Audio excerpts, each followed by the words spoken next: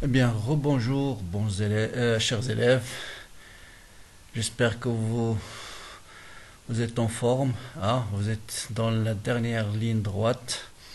Donc aujourd'hui, je vais vous proposer deux sujets sur le circuit RLC. Je vais m'intéresser au baccalauréat 2010 et 2011.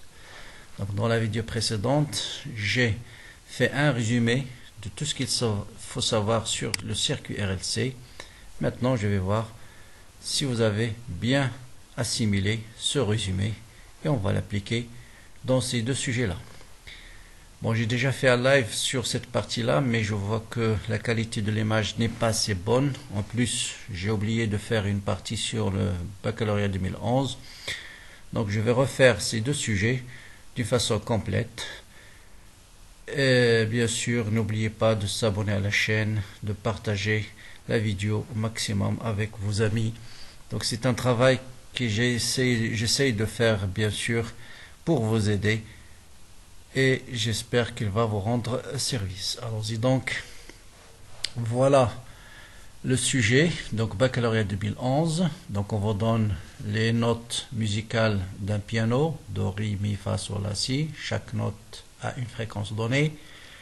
Et le but de l'exercice, c'est d'ajuster une note musicale de fréquence déterminée. C'est-à-dire, on veut créer un circuit qui permet de nous donner une fréquence sonore qui est soit de la ré, do, ou bien ré, ou bien mi, fa, ou sol, la, ou bien si.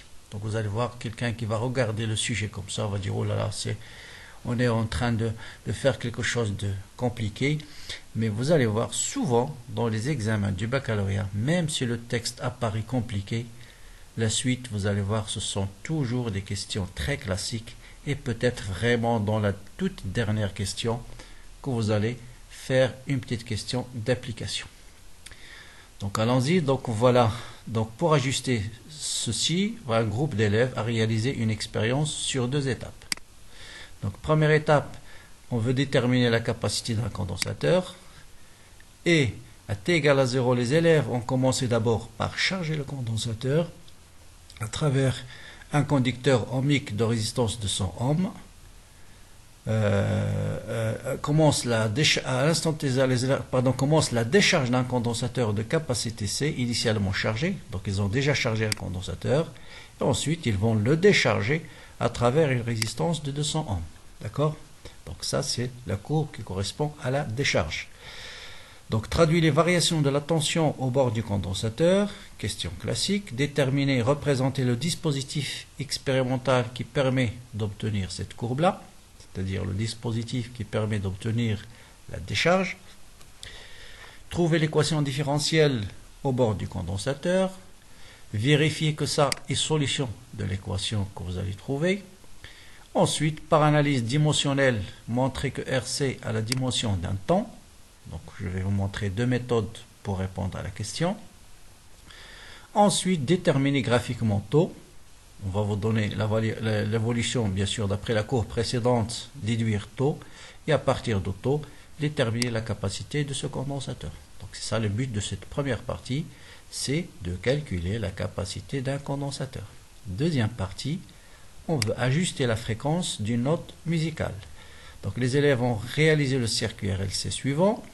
E 12 volts, résistance interne négligeable, donc un générateur de tension idéal, un conducteur ohmique de résistance 200 ohms, une inductance, bobine d'inductance ajustable, chaque fois que vous voyez une flèche sur un dipôle, une résistance, un condensateur ou une bobine, c'est un dipôle ajustable. Ça veut dire quoi ajustable? Ça veut dire que je peux varier sa valeur. D'accord? Donc on va essayer de varier sa valeur jusqu'à ce que la fréquence de ce circuit soit égale à sa fréquence propre. C'est ça l'idée. Ensuite, un condensateur de capacité C' égale à 0,5 microfarad et un interrupteur K. Donc probablement, souvent, cette valeur-là, c'est celle qu'il fallait trouver dans la première partie.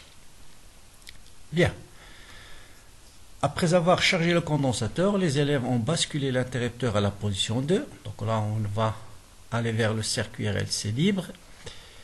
Et à partir d'un instant choisi comme instant initial, ils ont obtenu par l'intermédiaire d'une interface informatique cette courbe-là. C'est-à-dire ils ont visualisé la tension I de C en fonction du temps. Établir l'équation différentielle du circuit RC libre, déterminer graphiquement la période, considère la valeur de la pseudo-période égale à la période T0, déterminer la valeur de l'inductance, calculer la valeur de l'énergie magnétique, l'énergie totale emmagasinée à un instant T, qui est 3,4 millisecondes. Toujours les temps qu'on vous donne, souvent c'est des temps très particuliers. Ensuite, les élèves ont ajouté un circuit qui permet d'entretenir les oscillations. Ils ont relié le circuit à un haut-parleur. Une fois qu'ils ont... Là, vous n'avez pas un entretien des oscillations. Vous voyez bien que les oscillations décroît en fonction du temps. Pour entretenir ces oscillations, ça veut dire quoi? Ça veut dire avoir des oscillations d'amplitude constante. Et pour avoir des oscillations d'amplitude constante, il faut apporter de l'énergie à ce circuit par un système d'entretien. C'est ça le rôle de ce système.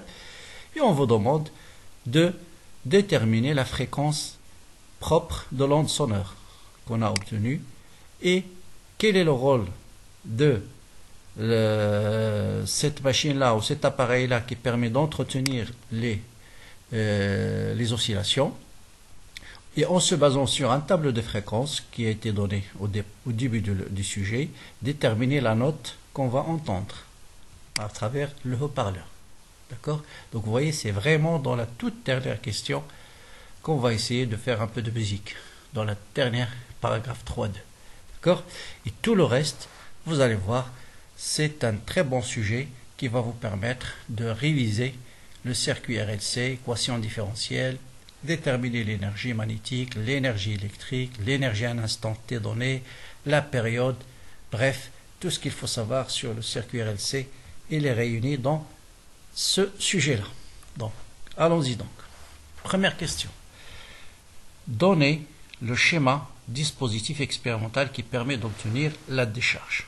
Pour décharger un condensateur, il faut d'abord le charger. Donc, on doit avoir un générateur de tension. D'accord. Ensuite, un interrupteur à double position, position 1, position 2. La position 1 permet de charger le condensateur. Bien sûr, un condensateur, on peut bien sûr mettre ici une résistance. Personne c'est pas interdit. Une fois que le condensateur est chargé, on va permuter l'interrupteur dans la position 2 et on va le décharger à travers la résistance. Donc voilà le montage qui permet d'obtenir la décharge d'un condensateur. Question. Que représente la flèche en rouge que j'ai mis sur le schéma. Elle représente quoi? Elle représente la direction du courant. Parce que le courant il sort par la borne positive du générateur. Pendant la charge, voilà la direction du courant électrique. Et on garde cette convention-là pendant la décharge. Et ça, c'est important pour mettre la flèche des tensions en convention récepteur. Donc, vous voyez la flèche de la tension au bord du condensateur, elle est opposée au courant. Et ce courant-là, pendant la décharge, voilà son sens. Et vous voyez qu'il est opposé aussi à la flèche de la tension au bord de la résistance. Donc, on est bien en convention récepteur pour la capacité et pour la résistance. C'est important pour déterminer l'équation différentielle vérifiée par I de C. Il faut toujours indiquer le sens du courant pour être sûr que vous êtes en convention récepteur. Donc la loi d'activité des tensions, donc la somme des flèches qui circulent dans un sens, dans un circuit fermé, est égale aux flèches qui circulent dans le sens inverse. Ici vous avez la flèche, la tension au bord de I de R, elle est la même que la tension au bord de I de C. Donc I de R plus I de C égale à 0. D'accord? Et, bien sûr, tension vérifiée par I de C, il suffit de chercher l'expression de I de R en fonction de I de C.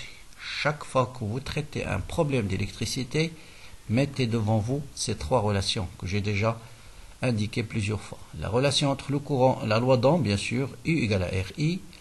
Comment passer du courant à la charge? I, c'est D de Q sur D de T. Et bien sûr, la tension au bord d'un condensateur, c'est Q sur C.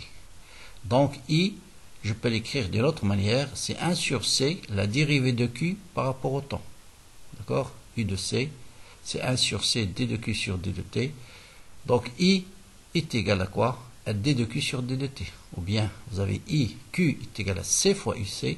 Donc, I est égal à c fois d de uc sur d de t. Donc, bref, avec ces relations-là, vous pouvez passer du courant à la charge, de la charge au courant, de UR en fonction de Q et de R en fonction de I. Vous pouvez trouver toutes les relations que vous voulez. Donc là, on a besoin d'exprimer I de R. Donc, je dois exprimer I en fonction de I de R. Donc, I de R, pardon, en fonction de I de C. Donc, je dois exprimer I en fonction de I de C. Donc, voilà, I, c'est C, D de UC sur D de T. Donc, l'équation, c'est I de C plus RC. Donc, je multiplie par R pour obtenir I de R. RC, D de UC sur D de T. Ou bien, je vais diviser partout par RC. Et donc, j'obtiens D de UC sur D de T plus 1 sur RC fois UC égale à 0. Donc, ça, tout le monde devrait le faire sans aucun problème. Vérifiez que U de C égale U0 exponentielle moins T sur RC est solution de cette équation-là. Donc, souvent, quand on vous demande de déterminer une équation différentielle, vous avez deux types de questions. Soit la question comme celle-ci, par exemple, on vous donne la solution avec des paramètres bien déterminés, RC, U0. Et on vous dit juste de vérifier est-ce qu'il y a solution. Ça veut dire quoi vérifier? Ça veut dire que je dois remplacer partout UC par sa valeur et je dois trouver 0. Si est égal à E, je dois trouver égal à E. Donc ici, si je remplace UC par sa valeur, D de UC par sa valeur, je fais la somme, je dois trouver 0. C'est ça ce que ça signifie, vérifier la solution. Mais des fois, on vous dit par exemple, vérifier que U de C égale à A exponentielle moins alpha T est solution et trouver les valeurs. Donc, si on vous donne des paramètres ici inconnus, par exemple A et alpha, il faut vérifier que I de C soit solution et à partir de là, et pour qu'il soit solution, on doit déterminer les conditions que doit vérifier ces constantes-là. Vous voyez, les deux questions ne sont pas les mêmes.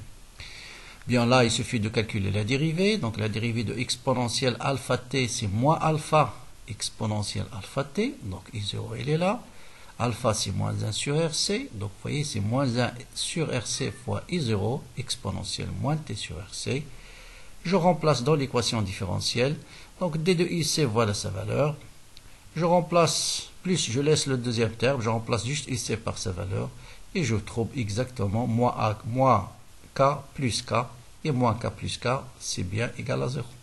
Donc, cette solution vérifie bien l'équation différentielle. Question suivante. Montrez que le produit RC est homogène à un temps. Donc, je vais vous montrer deux méthodes. La première méthode qui est très classique, je dois chercher l'unité, la dimension de C et la dimension de R. Or, C c'est quoi? C est égal à Q sur UC. Et Q, par définition, vous avez I égale à D de Q sur D de T. Donc la dimension de C, c'est la dimension d'une charge. La dimension d'une charge, c'est quoi? C'est un courant fois un temps, divisé par la dimension d'une tension. Donc j'ai déterminé la dimension de C. Et il me reste la dimension de R. La dimension de R, c'est la loi d'Ohm. Vous avez U égale à R fois I.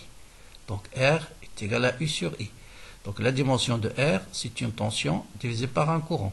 Donc je multiplie R fois C, dimension, c'est I fois le temps divisé par U, multiplié par U, divisé par le courant. Je simplifie par les tensions, je simplifie par du courant, et qu'est-ce qu'il me reste? Il me reste la dimension de taux, c'est bien un temps. Vous avez une deuxième méthode qui est très très simple à mon avis, c'est la suivante. D'après l'équation différentielle, qu'est-ce qu'il me dit l'équation différentielle? Il me dit que la dimension de ce terme, puisque j'ajoute deux termes, je ne peux pas ajouter deux termes sauf s'ils ont la même dimension, est égale à celle-là. Donc la dimension de D de UC sur D de T est égale à la dimension de UC sur RC. Or la dimension de D de UC sur D de T, c'est une tension divisée par un temps, est égale à la dimension d'une tension divisée par RC. Je simplifie par la dimension d'une tension et vous avez tout de suite RC à la dimension d'un temps. Vous avez soit cette méthode, soit celle-là. Déterminer graphiquement la valeur de taux. Bon là, comme je vous ai déjà expliqué dans des vidéos précédents, pour déterminer taux, vous avez deux méthodes, soit à partir de la tangente, mais souvent, si on vous donne le schéma de la tangente qui est tracé, c'est la méthode qu'il faut utiliser. Parce que c'est très pratique. Donc la tangente elle est tracée. Donc je lis directement sur la courbe. La valeur de taux c'est ce terme-là. C'est cette valeur-là. Bien. Des fois on vous donne des échelles un peu bizarres. Par exemple ici, quelqu'un va avoir des difficultés de lire la valeur. Tout de suite ce qu'il faut faire d'abord, c'est déterminer la valeur d'une division. Hein, une division. De là à là. Combien? Pour déterminer de là à là. Vous voyez ici combien de divisions, vous comptez 1, 2, 3, 4, 5, 6, 7, 8, 9, 10. 10 correspond à 3 millisecondes. Donc une division, c'est 3 dixièmes. Ça veut dire 0,3. Et je compte combien de divisions. Donc là, vous avez 8. 8 multiplié par 0,3, ça vous donne 2,4. L'unité, 6 millisecondes. Faites très attention à ne pas oublier les unités. Donc c'est quelque chose que vous oubliez souvent, même si on vous fait la remarque plusieurs fois. Bien sûr, taux c'est RC. Donc taux, c'est taux sur R. Dans l'application numérique, ne pas oublier de remplacer le milliseconde par le seconde. Par seconde. Toujours utiliser les unités internationales. Donc ça vous donne, bien sûr, donc ça vous donne 12 microfarads. D'accord? C'est-à-dire 12 10 moins 6 farads. Bien, continue. Maintenant, déterminer l'équation différentielle vérifiée par I de C. Là, c'est la première partie. Donc voilà, la première partie. Le but, c'est de déterminer la capacité. Donc vous voyez, c'est pas la même valeur qu'ils ont donnée dans la deuxième partie. Bon, donc c'est pas toujours la même chose. Donc tout à l'heure, je disais ici pour déterminer taux, vous avez deux méthodes. Il y a bien sûr la méthode de la tangente, mais vous pouvez utiliser aussi 0,37 fois 12. Donc si vous calculez 0,37 fois 12, ah, vous allez trouver normalement 2,4. D'accord? Taux égal à 2,4. Donc vous faites 12 multiplié par 0,37. Faites attention, pendant la décharge, on multiplie par 0,37. Pendant la charge, par 0,63. D'accord? Donc je vous laisse loin de faire ça. Faites 12 fois 0,37. Combien? Cherchez la valeur ici. Et normalement, ça va vous donner, donc on va faire nos chemins inverses, ça va vous donner exactement 4,2. Donc vous faites 4,3, pardon. Voilà, cette valeur-là. Donc 4, on a ici 1, 2, 10 divisé par 4, c'est 0,4. Donc 4,4, plus exactement. Donc 12 multiplié par 0,37, ça va vous donner 4,4. Mais si la tangente est tracée, de préférence d'utiliser la méthode de la tangente. Donc voilà pour la partie des charges d'un condensateur. Vous voyez, rien de nouveau. Quelqu'un qui a fait plusieurs examens, normalement, va passer vraiment, mais vraiment très rapidement. Sauf, il ne faut pas oublier les unités. J'insiste. Je dis à mes étudiants toujours, donc c'est vraiment des étudiants qui ont déjà eu leur bac, je leur enseigne de la physique. Chaque fois, je leur demande de ne pas oublier les unités. Et quand je corrige l'examen, 90% des étudiants oublient les unités. Et je ne comprends pas pourquoi. Donc, déterminer l'équation différentielle. Maintenant, on va basculer, une fois qu'on a chargé le condensateur, on va mettre l'interrupteur en position 2. Et on est dans ce cas-là d'un circuit RLC en régime libre. Pourquoi on l'appelle régime libre? Parce qu'il n'y a aucun apport d'énergie de l'extérieur. C'est juste l'énergie qui a été emmagasinée dans le condensateur qui va circuler dans le circuit en fonction du temps. Bien sûr, l'équation vérifiée par I de C, donc voilà que représente la flèche en rouge, comme tout à l'heure, bien sûr, il représente le sens du courant pendant la charge. Et on va garder ce même sens du courant pendant la décharge. Mettez les flèches de la tension en sens inverse au courant pour avoir la convention récepteur. Donc I de R, bien sûr, tension vérifie par quoi? Par I de C. Donc je dois exprimer I en fonction de I de C et D de I sur D de T en fonction de I de C.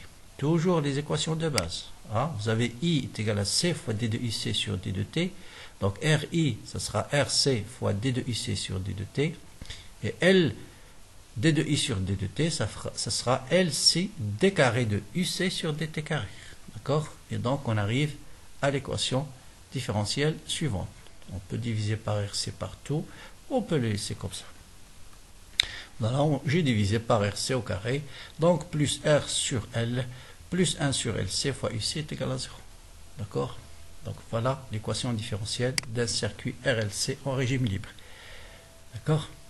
Bien sûr, cette résistance-là, ici c'est une bobine parfaite, mais même si elle possède une résistance, on peut l'introduire dans la résistance grand R et on a un circuit RLC. Donc ce sera exactement ce schéma-là.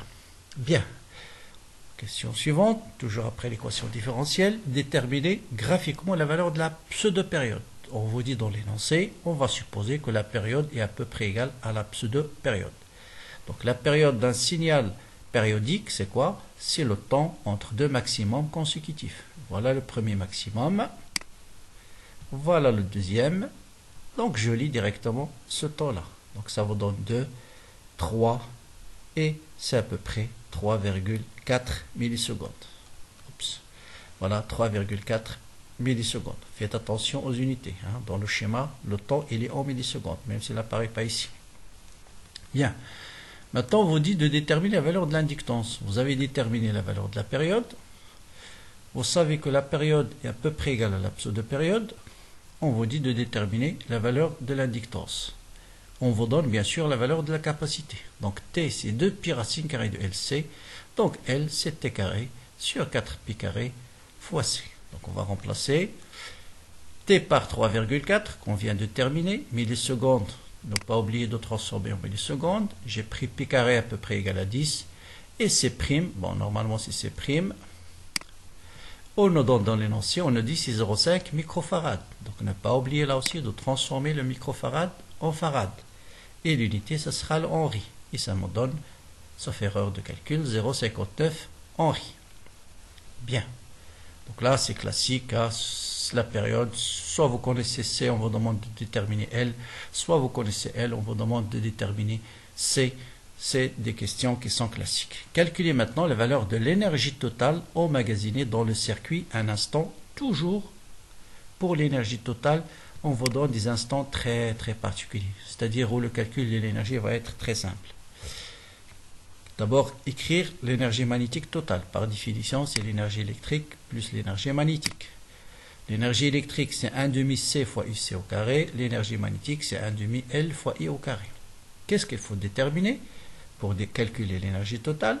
Il faut déterminer la tension au bord du condensateur à cet instant-là et le courant à cet instant-là.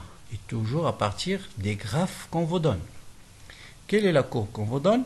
À t égale à 3,4 millisecondes, vous allez voir ici 3,4, c'est ce point-là, c'est-à-dire exactement la période ici. D'accord? À 3,4, on a la tension au bord du condensateur, elle est comment? Elle est maximale. Or, c'est quoi le courant? Le courant, c'est la dérivée de la charge par rapport au temps. Or, vous savez qu'en maths, que la dérivée d'une fonction au maximum, qui est maximale, sa dérivée, elle est nulle. D'accord? Donc, là où vous avez une tangente horizontale, la dérivée, elle est nulle. Et donc, puisque Q est maximale, la dérivée de Q va être nulle, donc l'énergie magnétique, elle est nulle. Vous voyez comment on détermine l'énergie magnétique? Donc là où la charge est maximale, ça veut dire la tension I de C est maximale. Ou, autrement dit, ici, c'est I de C qu'on vous donne. IC est maximale, donc la charge Q est maximale. Et la dérivée d'une charge en un point ou d'une fonction en un point où il est maximal, sa dérivée elle est nulle. D'accord? Et la même chose d'ailleurs au point où il est minimal. Donc l'énergie électrique elle est nulle, il suffit de déterminer l'énergie magnétique pardon, qui est nulle, il suffit de déterminer l'énergie électrique. Donc pour cela, j'ai besoin de savoir I de C. Donc là, je cherche dans la courbe ce point-là. Vous voyez bien 6,3, 6,6, donc c'est à peu près 6,75. C'est dommage qu'on vous donne une courbe ici où c'est pas vraiment très clair de lire la valeur, mais autour de 6,7. Donc on va prendre 6,75. On fait l'application numérique. C'est C qui est 0,5 microfarad fois 1,5 fois I de C au carré et ça vous donne 1,4 10-5 joules. Donc vous voyez, souvent on vous donne cette valeur-là, ou bien ici par exemple, dans ce cas-là, au contraire, c'est l'énergie électrique qui est nulle et c'est l'énergie magnétique qui va être maximale. Et donc l'énergie totale, c'est 1,14 10-5 joules. Maintenant, quel est le rôle de l'appareil de l'entretien dans un circuit RLC? Donc là, vous avez un régime pseudo-périodique. Pourquoi il est pseudo-périodique? Parce que voyez bien que l'amplitude diminue, pardon, l'amplitude diminue quand, voilà, l'amplitude diminue, si je trace le maximum, hop, voilà,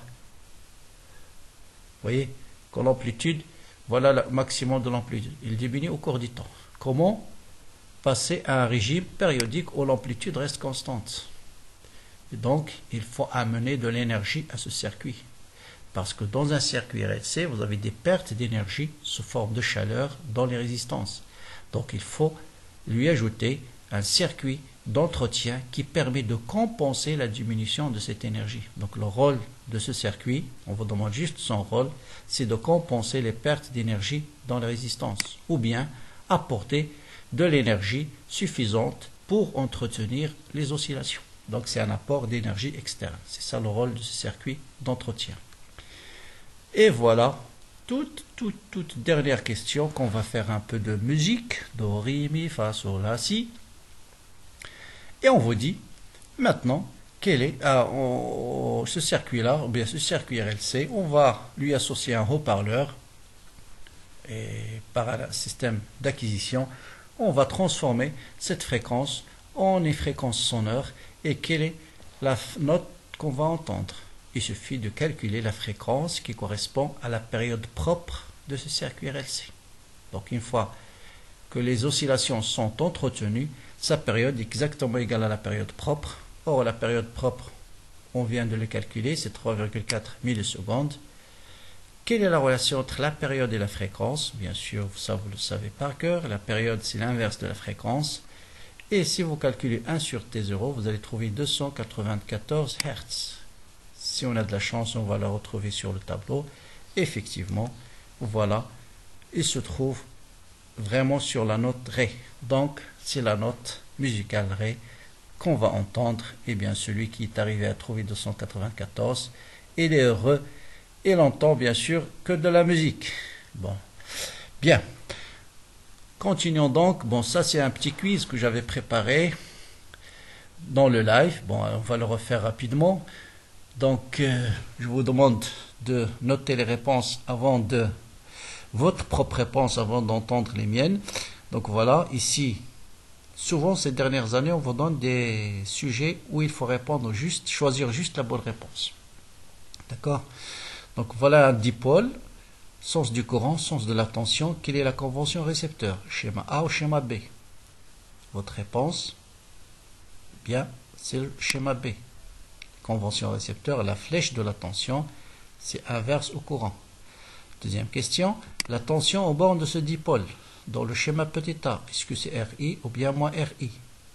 Votre réponse, c'est bien moins RI, parce qu'on est en convention générateur ici. D'accord? Donc la flèche est dans le même sens, donc UD égale à moins RI. Et ici, bien sûr, U de R, c'est la loi d'Ohm sur RI en convention récepteur. Deuxième question, la bobine, est-ce qu'elle emmagasine de l'énergie électrique ou bien énergie magnétique? Bien sûr, c'est l'énergie magnétique dans le cas d'une bobine. Magnétique parce que liée à un champ magnétique. Et vous allez voir, bon, vous avez déjà vu en 6e année qu'une bobine parcourue par un courant crée un champ magnétique. Et un champ magnétique emmagasine de l'énergie électrique. Alors que, on verra dans un condensateur tout à l'heure. Donc en régime permanent, l'énergie magnétique, comment elle est? Est-ce qu'elle est nulle? Est-ce qu'elle est maximale? En régime permanent. Elle est bien sûr maximale. Hein? D'accord? Il est nul à T égale à 0. Bien sûr, pendant l'établissement du courant. Ça, dans le circuit RL, pendant l'établissement du courant.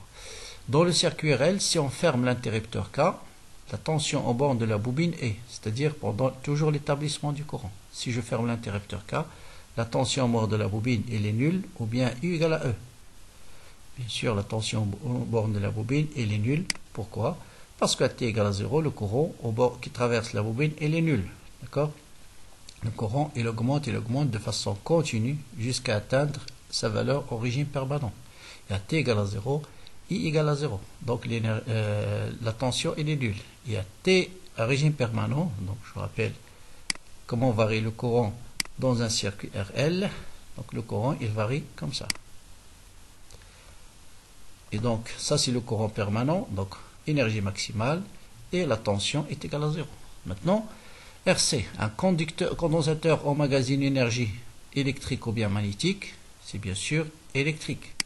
Pourquoi on l'appelle énergie électrique? Parce qu'un condensateur crée un champ électrique entre ses armatures. Et un champ électrique emmagasine de l'énergie électrique. Maintenant, pendant la charge, à T égale à 0, quelle est la tension en bord du condensateur? Est-ce que UC égale à 0 ou bien UC égale à E? À T égale à 0 pendant la charge. Faites attention. Bien sûr, UC égale à quoi? Égale à 0. Parce que UC, vous vous rappelez, il a vraiment la même évolution que l'énergie pour la bobine. Donc à T égale à 0, UC égale à 0. À T égale à 0, la tension au bord de la résistance, est-ce qu'elle est nulle ou bien égale à E? Votre réponse, bien sûr, c'est pas 0, c'est E. Très simple. Vous faites la loi d'additivité de tension. U de R, UE est égal à U de C plus U de R. Et puisque U de C égale à 0, bien sûr, U de R va être égal à 1. Maintenant, pendant la décharge, à T égale à 0, la tension au bord du condensateur, il est comment? Pendant la décharge, est-ce qu'elle est nulle ou bien E? Bien sûr, c'est votre réponse, c'est E. Pourquoi? Pendant la décharge, rappelez-vous, voilà comment évolue la tension au bord de la décharge. Et ça, c'est T égale à 0, c'est ici. Donc, pendant la décharge, I de C égale à 0. I de C égale à E, pardon. Maintenant, la tension au bord de la résistance, est-ce que 0, E ou moins E? Votre réponse, c'est 0. Et vous avez 0. Est-ce que c'est E? Vous avez toujours un 0. C'est bien sûr moins E. Parce que pendant la décharge, vous avez U de R plus U de C égale à 0. Donc U de R, c'est moins U de C. U de C égale à E, donc U de R égale à moins E. Et enfin, dernier quiz, la période de l'évolution de l'énergie, T, est-ce qu'elle est égale à la période propre du circuit RLC, 2 fois la période propre sur 2. Votre réponse, celle-là. Vous avez 0. Est-ce que celle-là? Celle-là?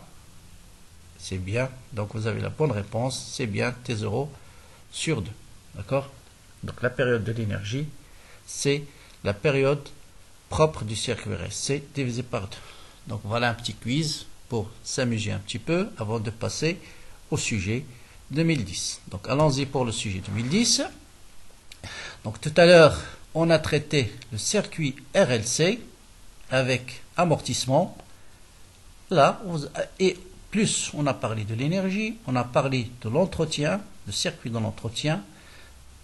Maintenant, on va parler uniquement du circuit LC où il n'y a pas d'amortissement. D'accord? Et avec ça, vous avez fait pratiquement toutes les questions sur le circuit RLC. Donc voilà, on réalise un circuit LC idéal, c'est-à-dire il n'y a pas de résistance. Première question, recopier ce circuit-là en indiquant, en adoptant les conventions récepteurs, les tensions I de C, il faut représenter I de C, I de L, question classique. Établir l'équation différentielle, classique aussi. La figure 2, c'est-à-dire celui-là représente la U de C, exploiter cette figure pour déterminer l'expression numérique. Donc voilà une question importante. Comment on va déterminer U de C, F de T à partir de sa courbe. D'accord. Ensuite, déterminer l'énergie magnétique emmagasinée dans la bobine varie selon, on vous donne la représentation de l'énergie, voilà cette courbe, la question c'est ça, c'est montrer que cette énergie magnétique se crée sous cette forme, voilà aussi une question où il y a un peu de réflexion, on vous donne sinus carré, donc notez-les bien, c'est parce qu'il faut l'utiliser. Enfin, en déduire l'énergie magnétique maximale en fonction de C et de U, donc c'est à partir de cette relation, et là je vous donne une remarque très très importante. Imaginons que quelqu'un n'a pas répondu à cette question. C'est pas grave. Vous pouvez répondre à la question 1.4.2 et 1.4.3 sans même connaître la démonstration de cela. Prenez-la comme la réponse, comme un résultat, et faites la suite. Faites attention. Si vous êtes bloqué dans une question, il ne faut pas laisser toutes les questions qui viennent après. Il y a certainement d'autres questions auxquelles vous pouvez répondre sans même connaître la réponse de la question précédente. D'accord? C'est juste une remarque entre parenthèses. Donc, déduire la valeur maximale de l'énergie en se basant sur cette courbe, déterminer la valeur de la capacité de condensateur utilisée et enfin déterminer l'inductance de la bobine.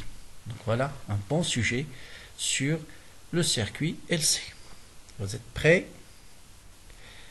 Bon, moi je pars, peut-être je parle un peu rapide. Donc la meilleure méthode de travailler avec ces vidéos, c'est de télécharger l'énoncé qui se trouve toujours dans la description.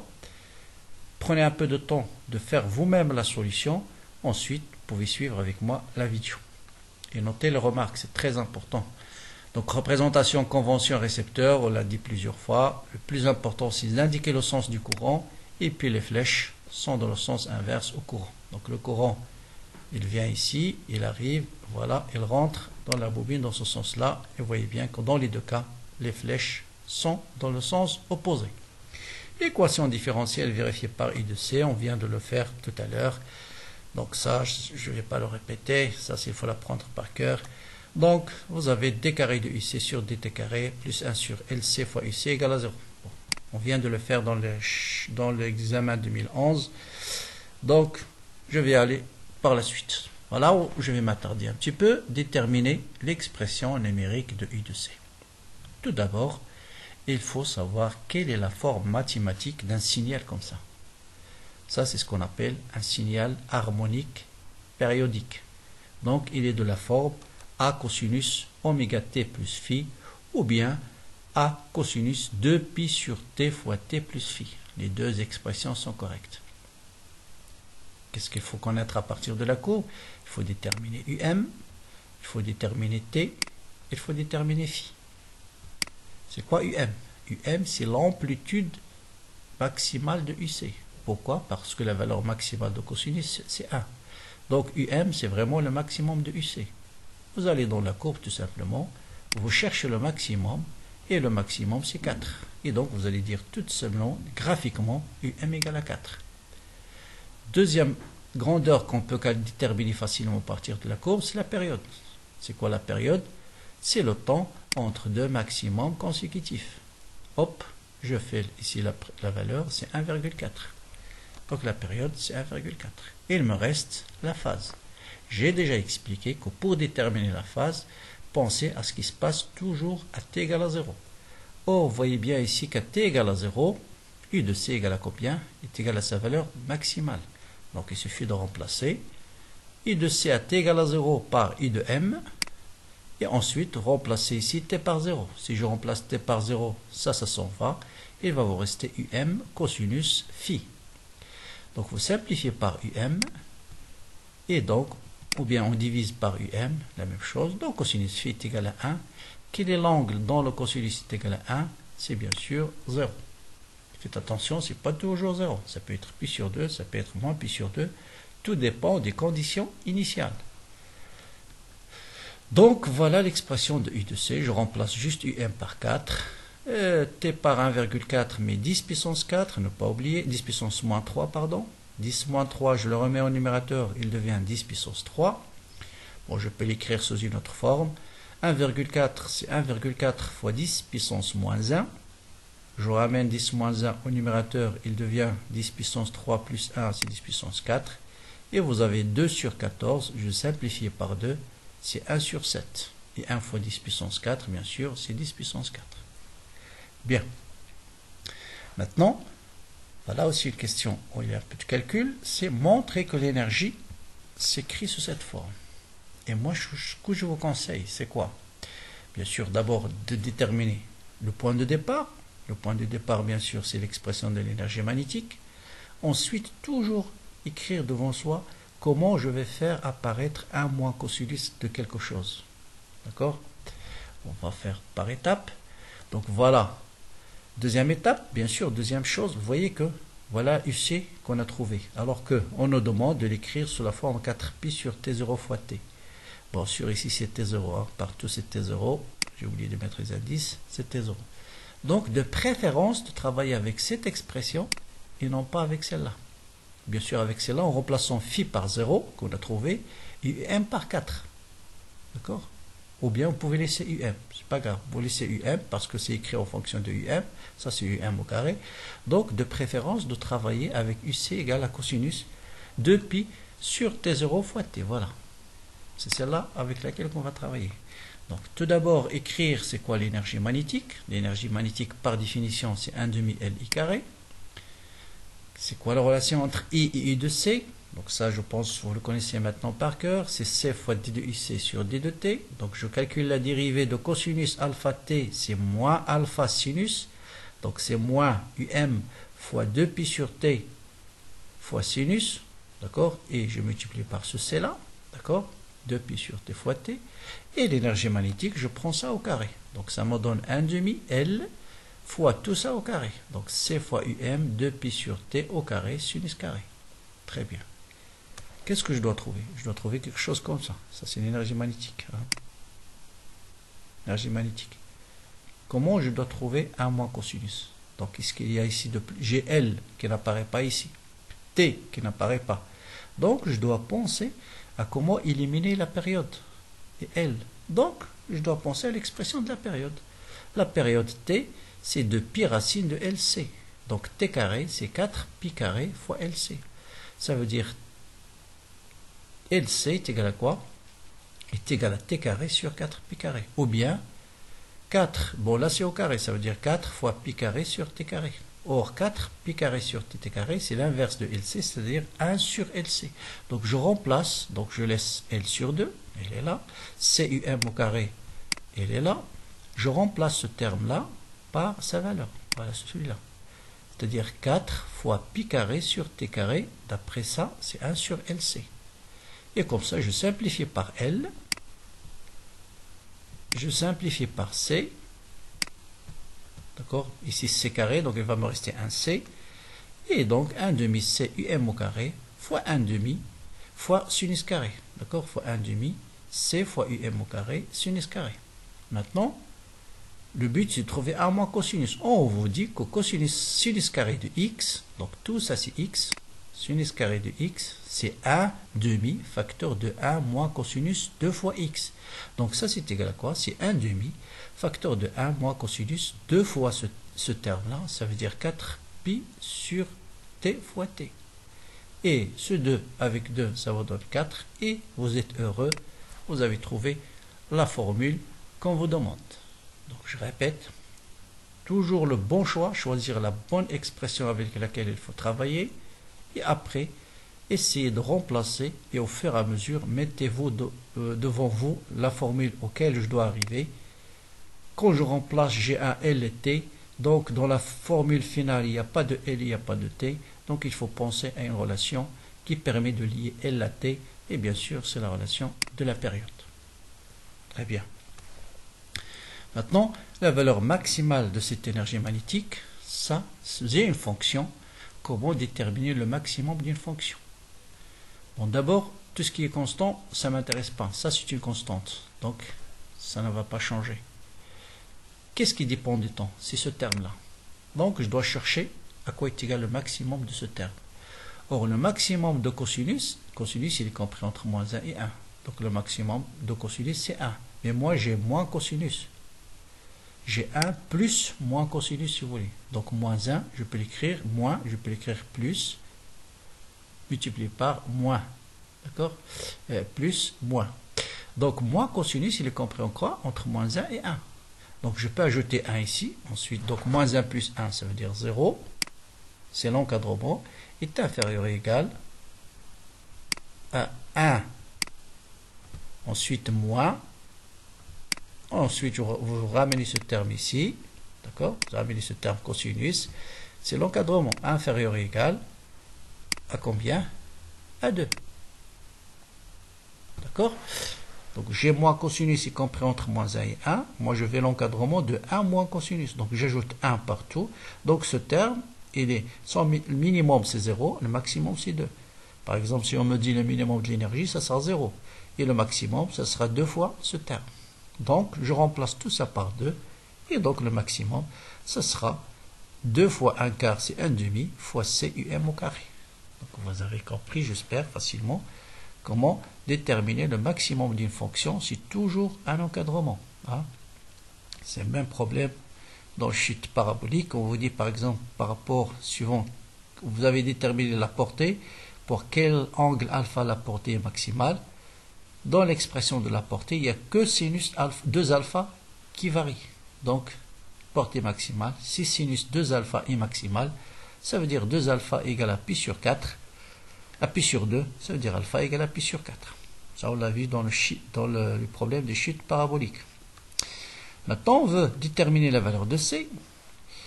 Où intervient C dans l'énergie magnétique? Donc, on vient de montrer que l'énergie magnétique, c'est 1 demi CUM au carré. Donc, pour connaître C, il faut connaître l'énergie magnétique maximale et UM. Bon, UM, on l'a déterminé tout à l'heure, donc c'est 4. L'énergie magnétique, il suffit d'aller sur la courbe suivante, figure 4, l'énergie magnétique maximale, c'est 0,4. Donc, on connaît tout. On peut déterminer, bien sûr, C est égal à 2 fois l'énergie magnétique divisé par UM au carré. Donc, n'oubliez pas de transformer les millijoules en joules. Je le répète. Et ce que vous allez trouver, c'est en farad. Vous pouvez les laisser en farad ou bien écrire sous forme de microfarad. 0,5 10 puissance 4, 650 10 moins 6. Donc, c'est 50 microfarad. Enfin, on nous dit de déterminer la valeur de l'inductance. Bien sûr, si vous connaissez C, vous connaissez la période. Très souvent, on va demander de déterminer l'inductance. Donc, la période, bien sûr, c'est 2 pi racine carrée de LC. Donc, L égale à T carré sur 4 pi carré fois C. Je connais T. Je connais, bien sûr, à transformer en millisecondes. Là aussi, la capacité à transformer en farad. Faites l'application numérique et ça vous donne 0,98 millihenry. Vous pouvez écrire à peu près égal à 1 millihenry. Donc voilà 2 sujets qui me paraissent très très importants. Essayez de les faire. C'est largement suffisant pour tout ce qui est circuit RLC. Bien sûr, je vais traiter les autres sujets dans des prochaines vidéos. Donc j'espère que, bon, pour ceux qui ne sont pas encore abonnés à la chaîne, essayez de vous abonner, comme ça vous recevez les nouveautés. Et partagez la chaîne au maximum. C'est la période des préparations, surtout avec les élèves qui sont très loin, qui n'arrivent pas à suivre des cours en direct. Donc partagez avec eux la chaîne vidéo et à très bientôt pour d'autres contributions. N'oubliez pas de m'envoyer vos commentaires, vos remarques, vos suggestions, bien sûr, si vous voulez. Vous avez besoin des sujets, de corriger des sujets bien particuliers ou bien sûr des parties bien déterminées. Je serai à votre, bien sûr, écoute. À très bientôt pour d'autres contributions.